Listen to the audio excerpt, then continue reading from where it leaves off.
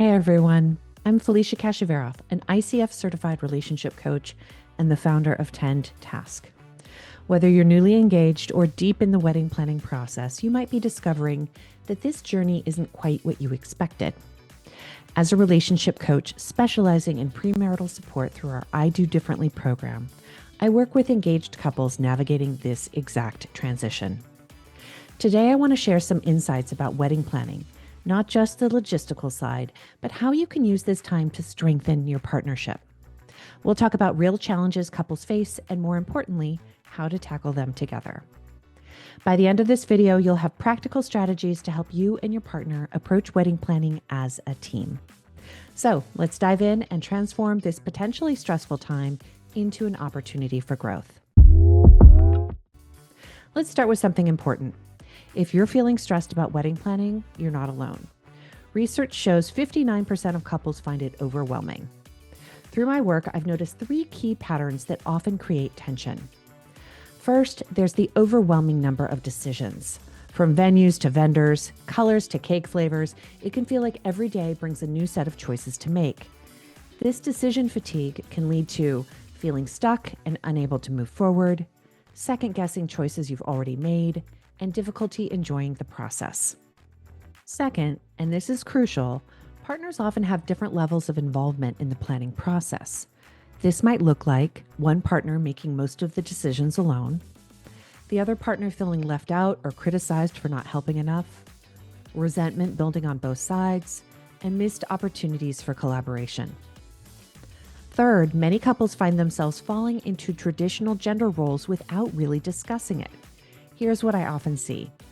One partner automatically taking on more of the planning work, assumptions about who should care about certain aspects, and lost opportunities for both partners to contribute their unique perspectives. The good news? Being aware of these patterns is the first step to addressing them. While these challenges might feel overwhelming right now, you can absolutely transform your wedding planning experience by shifting your approach. And that's exactly what we're going to explore next: how to turn these challenges into opportunities for strengthening your partnership. Now, here's where we can transform wedding planning from a source of stress into an opportunity for growth. Let me share some strategies from the I Do Differently program. First, let's talk about shared vision setting. Before you get lost in the details, sit down together and explore your values as a couple. What matters most about this celebration? Which traditions feel meaningful to each of you? How do you want your guests to feel? What story do you want your wedding to tell? Try this exercise together. Separately write down your top 3 priorities for the wedding. Share and discuss where you align and where you differ. Create a combined list that honors both perspectives. Use this as your guide for future decisions. This exercise is powerful because it creates space for both partners to reflect independently before coming together. When you take time to identify your individual priorities first, you're more likely to express your authentic desires rather than just agreeing with your partner.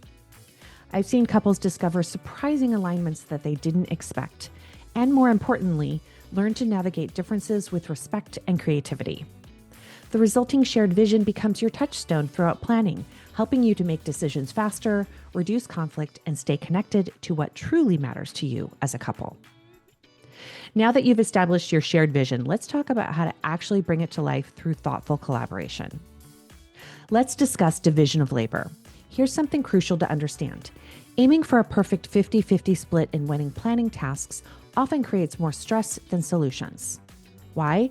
Because it ignores the reality that partners bring different skills, interests, and capacities to the planning process.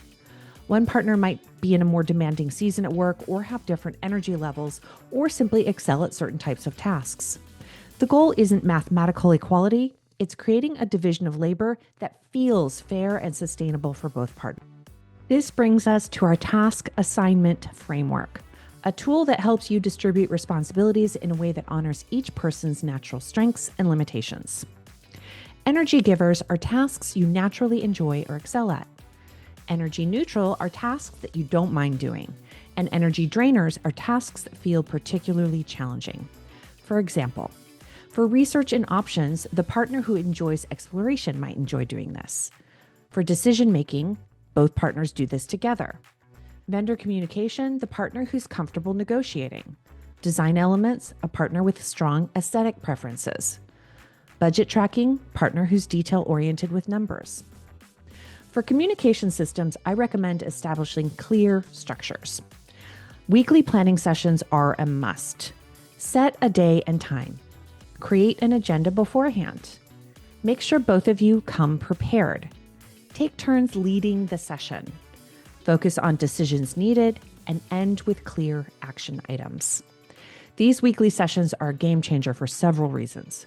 First, they create a dedicated space for wedding planning, preventing it from seeping into every conversation or becoming a source of anxiety.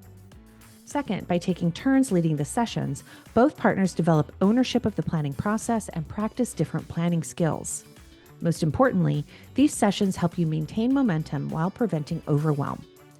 You know you have a specific time to address concerns, make decisions, and support each other through challenges. These structured meetings provide the foundation, but it's equally important to consider how you communicate about wedding planning throughout the rest of your week. Let me share some guidelines that have helped other couples maintain healthy boundaries. For example, designate wedding-free zones. Use a shared planning tool. Celebrate progress together. Practice active listening. These rules might seem unnecessary, but they serve a vital purpose, protecting your relationship during a potentially stressful time.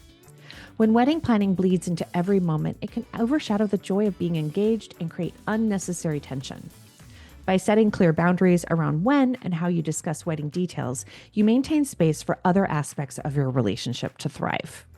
Plus, these communication practices like active listening and intentional celebration are skills that will serve you well throughout your marriage. Now that we've covered the big picture strategies, let's dive into the specific tools that will help you put these ideas into action. I'm excited to share these practical systems. Let me share a further weekly check-in framework from the I Do Differently program. Here's how you might structure your 30-minute check-in. Number 1, celebrations. Share recent wins, acknowledge progress, express gratitude. Number 2, what's the current status? Review your timeline, discuss pending decisions, and share concerns. Number 3, action planning. Set weekly goals, divide tasks, and schedule follow-ups. And number 4, support check. Express your needs, offer assistance, and plan for stress relief. While these weekly check-ins help you stay aligned and motivated, you'll still face countless decisions along the way. That's where our next tool comes in, a framework that helps you prioritize what truly matters. The decision matrix helps prioritize your energy and resources. What are your must-haves? They should align with your core values, be within budget, have non-negotiable elements. The nice-to-haves would enhance your experience, are flexible around the details, and budget-dependent. The can live without category are not essential to your vision, might create stress, and you could allocate those resources elsewhere. This decision matrix is more than a planning tool. It's a framework for value-based decision-making that you can use throughout your marriage. When you practice using it for wedding decisions, you're actually developing a shared approach to handling future choices about your home, careers, finances, and family. The matrix helps you step back from the emotion of the moment and evaluate choices based on your shared priorities and values. Learning to say no to certain things in the can live without category also builds confidence in setting boundaries, a crucial skill for a married life.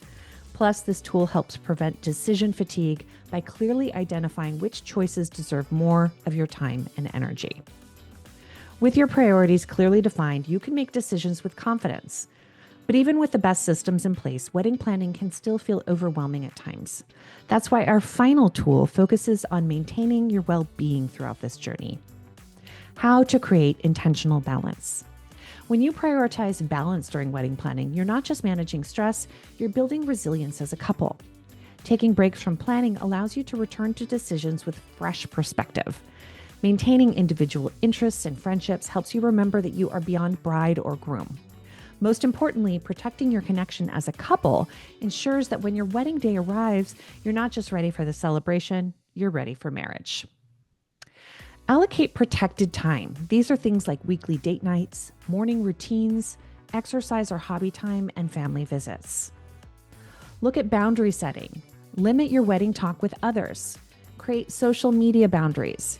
Manage family expectations and protect your couple time. And self-care practices. Individual downtime. Joint relaxation activities. Regular check-ins on stress levels and professional support when needed. Here is what I want you to remember. Your wedding is one beautiful day in what will hopefully be a lifetime together. The way that you approach planning this celebration can actually set the tone for your partnership moving forward. The skills you're building now, communication, collaboration, problem solving, these are the same skills that will serve you throughout your marriage. By approaching wedding planning consciously and together, you're not just creating an event, you're strengthening your foundation. If you're looking for more support in navigating this journey, I invite you to learn more about my I Do Differently program. In the program, I combine relationship coaching with practical tools like these to help you build a strong foundation for your marriage. The link is in the description below. Don't forget to like this video and subscribe for more relationship insights. And I'd love to hear from you in the comments. What's your biggest wedding planning challenge? Share below and let's continue this conversation. Thanks for watching, and remember, you've got this together.